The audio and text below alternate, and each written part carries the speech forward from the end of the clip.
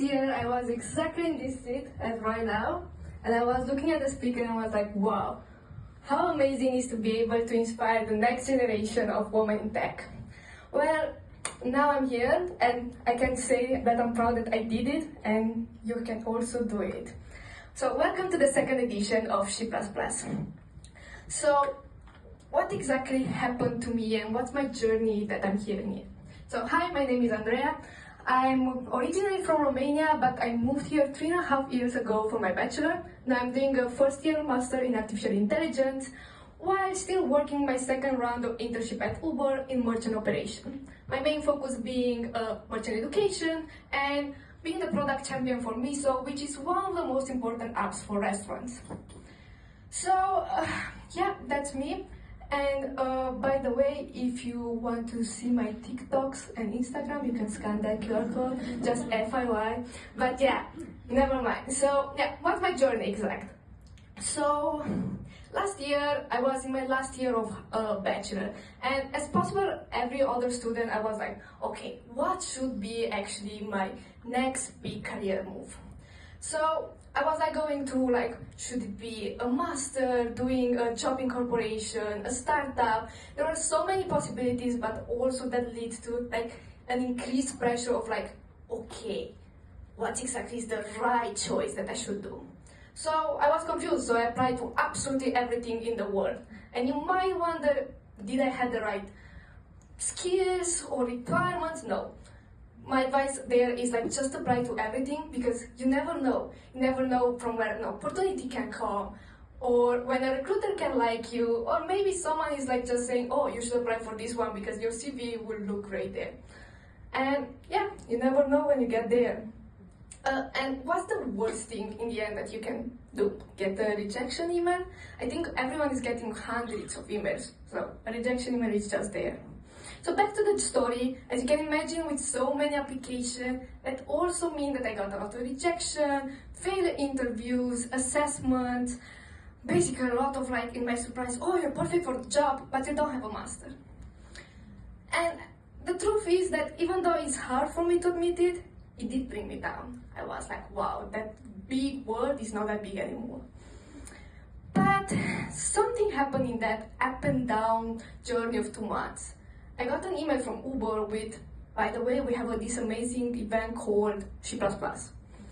So I went there. I still remember the day. It was 6th of November last year when I walked in the door of Uber's on that fancy mirror elevator that everyone loves.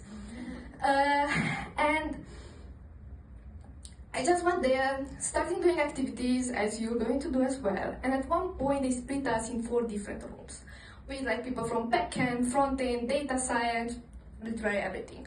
And I still remember how Manon and the team like was looking at me, how I'm moving literally from one room to another. Didn't manage to find my way in one specific to stay more. And don't get me wrong, they were all great stories, amazing projects, but something was missing.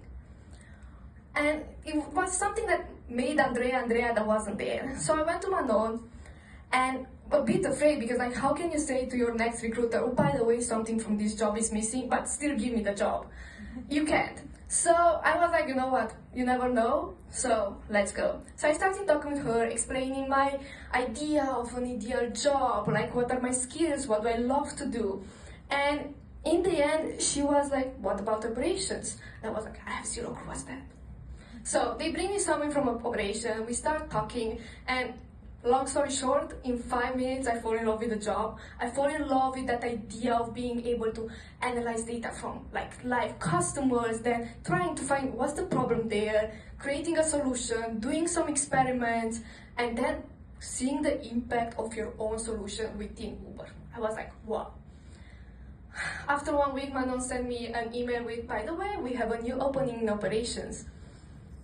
And I stood like 1, 2 weeks, even more maybe, just like considering, should I apply, should I not apply? I mean, I did 4 years of high school in computer science, bachelor in AI. Literally my whole family here knows me as Andrea in AI, and my whole world is like tech. Why should I go in operation? But I was like, still couldn't stop thinking of that idea of, wow, doing that impact. So I just closed my eyes, close my eyes to any expectation what was there, and I was like, you know what, I'm going to do it. So I applied.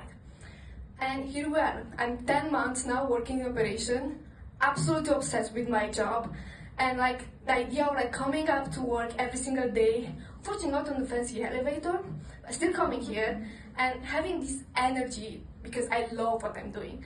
Like think about I'm the person that is doing a full-time master, full-time job, also doing activities with my friends, doing an association in Romania, and then also still doing my creative stuff with TikTok and Instagram because I love to just do a lot of stuff. But I wouldn't be able to do it if I would not have this energy that I love what I'm doing. So, yeah, as the story goes on, it's hard to say how important it is for each of you to just try. It's like, yeah, maybe this AI world is there, and at one point I will do that for 100%. But like now is the moment that we'll never be this young before, and we can try as many things as we want, because like, why should we listen to someone or something else? Like if you love doing something, just do it. And that would be like my main advice there, because like it's lovely.